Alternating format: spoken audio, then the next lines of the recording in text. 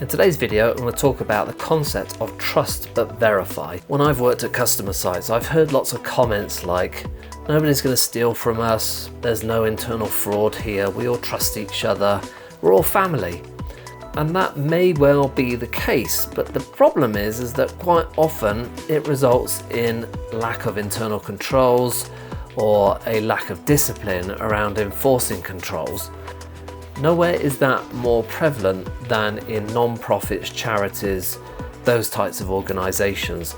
Let's consider those organisations passion projects, in that, you know, the people who work there get more out of it than just a salary, job promotion, that kind of thing. There's a very strong sense of purpose and theme to what your or my job entails as a mission.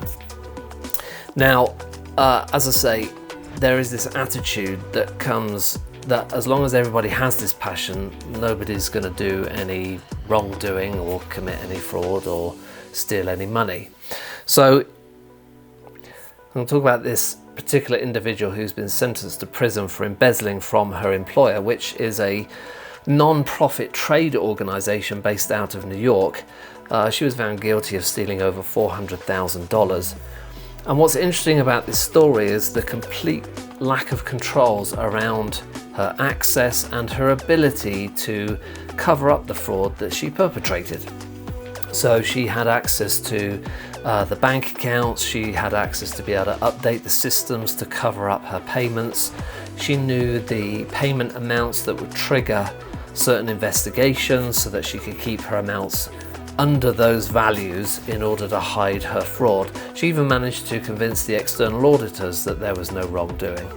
Now, quite how they uncovered this, I'm not sure, but eventually over $400,000 being missing is something you're going to catch up on.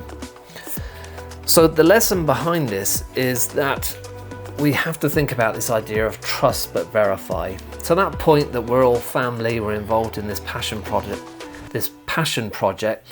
that's great, but we still need to verify, particularly where individuals have elevated access, elevated privileges, to be able to ensure that no wrongdoing is taking place. What's also interesting is amongst the purchases that she made, she bought a $200 treadmill for cats.